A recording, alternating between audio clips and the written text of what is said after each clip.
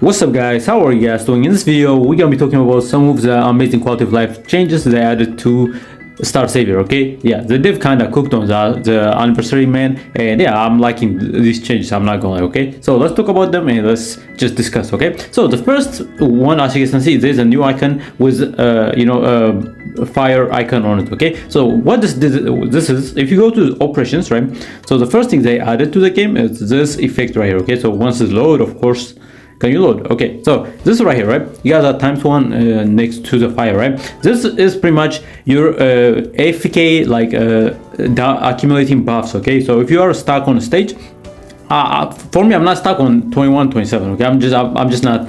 I'm kind of slacking on it. I'm not doing it. I'm not stuck on it. But if you guys are stuck on any stage like this, what happens is every time, right, over time, you get this accumulating buffs right here that go up all the way up to 5 right here. And as you can see, right, each accumulation give you a damage dealt increased by 3% and damage taken decreased by 3%. Right, this buff right here, it goes all the way up to 15% each. Okay, so this is amazing right here. Okay? So for people who are like struggling trying to do some of the operation stages, then yeah, this is amazing change right here, man. Definitely, man, like it. And of course you also have this right here. You know, if you when you clear your operation stuff, you're gonna get a bunch of rewards, right, based on your clears, right? This goes all the way up to the 36 right here. So yeah, a lot of good stuff you could get from this operation, right? So I definitely need to push this, but the reason I'm not doing this is because I'm kind of bored of like just sitting here and watching this thing do auto run. Okay, I hope they had a way to minimize the window so it could do that in the background while I do other things. Okay, because I do not want to sit here and look at this, right, while it does its thing, right? So yeah, that's the main reason I want to do this, but you know what I'm saying, I'll get to it at some point, right? Next up, another amazing stuff they added is, of course, if you go to the journey mode right here, right? This is mainly for newer player, but it could also be beneficial for you know what I'm saying, veteran players, right? So if you go to the journey mode right here, and then you pick any card you guys want, right? So let's just load this thing up. Yeah, the loading be taking forever, I'm not gonna lie. Okay, so if you, let's say I want to get a build for, you know what I'm saying, what's her name, Carmen right here. Okay, so if you look at Carmen right here, you pick it, you know, this is the usual, right? You pick your buffs right here, right? If I go to here, double HP, and then you go in here, right, when you start a journey run, and you click on the card right here. By the way, I pulled her card in like first temple, which is freaking amazing, man.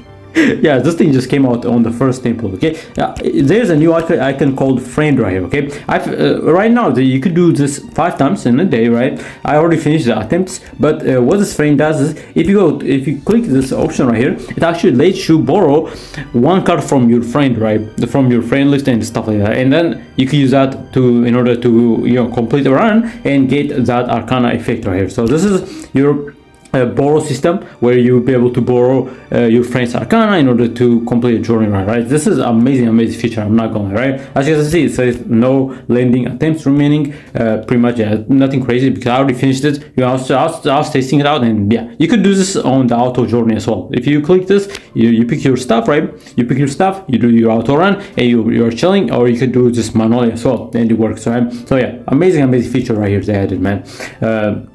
Of course, the Arcana that your friend will borrow is your main Arcana right here. Okay, so if you go to your profile right here, right, you'll be able to set up a main Arcana right here. Okay, so if you say main Arcana, and then whichever you pick here, your friends will be able to borrow that from you and, you know, use it on their run, right? So amazing stuff right there. Okay, another one.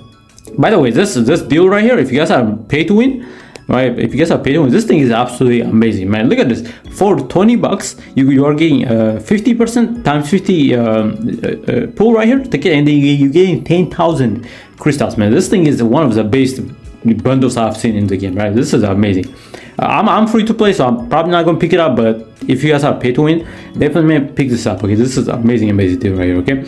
Okay, next up, another amazing stuff they added is, this is probably one of my favorite one. So if you go to the craft section right here, and you're doing your usual crafting right here, so if I want to do, like, you know what I'm saying, so let's just do one random one, right? So if you do this, right, you craft your gear as you do all the time, right? But now you're gonna get this thing right here called a focused crafting fuel, and when you craft this, you're actually gonna get a certain amount. So I got 36 by crafting like what, 6 of these things, and I got 36, and then you can use those focus crafting manuals in order to actually target craft a specific gear you guys want. Okay, for example, if I want to get a tier 2 gear for my Carmen, I have this one for on her, but if I want to get a better one, I can just go to the crafting area. I'll show you guys how it works. Okay, you guys should definitely not be wasting this, because these things are very difficult to come by, because again, you're gonna need a lot of this crafting material in order to collect enough to be able to craft the gear you guys want. Okay, so you guys gonna need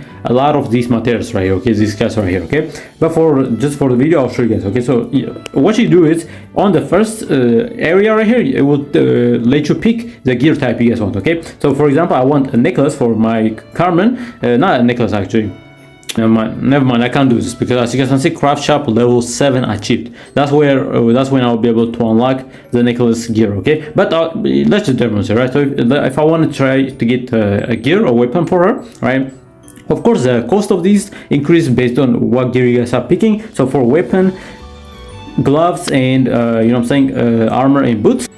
Not armor and boots. So weapon, glove, and armor, they're gonna be costing 200, and then if you go below that, right, for the boots, necklace, and ring, it's gonna be costing you double the amount, right? So it's gonna be charging you 400 right here. So if I want to do this right here, so I pick the main status, and then it tells you what kind of gear you guys want, right? So for example, if I'm trying to get a build for Carmen, I pick the health set, right, because I'm trying to get a health set right here, and then you pick the health set right here, and the main status will be registered automatically. But if you guys are doing, like, let's say, like, necklace and stuff like that, these two, it will actually let you pick what main stats you guys want on here. Okay, and then once you do all that, and then it will let you pick what kind of substats you guys want, right? For Carmen, for example, I will go for, the HP percentage, of course, right? We're gonna go with HP percentage.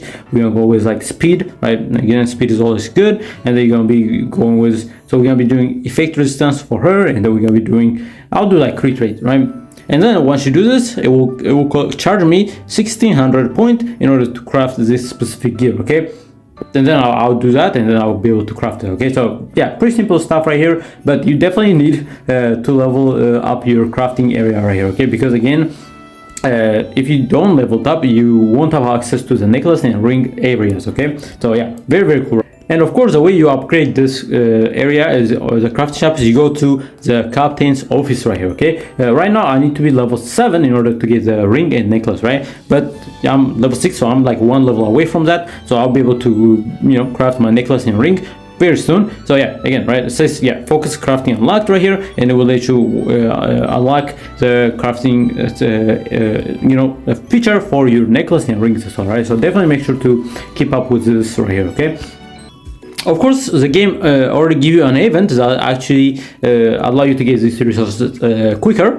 So if you complete all this stuff right here, you're actually going to be getting a good amount of these resources, right, to help you, utilize your, targeted crafting feature. Okay, so very cool event right here. So definitely make sure to do this. Okay, I already did this one right here, the 1631s, and then once I am able to do all this, I'll be getting a good amount of resource from this. Okay, and of course, at the end, you're gonna get the 300 jumps, and then there's a week to one that's going to be unlocking on 6/4. Okay, so just keep that in mind. So another one is, that's actually pretty cool, I'm not gonna lie. Okay, I didn't get to try, but it's a pretty cool addition to the game. So if you go to this new icon called Stellar Blooming, what this does is, if you go to any of your SR characters, you could actually go here, right here, and then you look at this, right? You're gonna need 200 of these new materials, right, called the Stellar Bloomstones, right?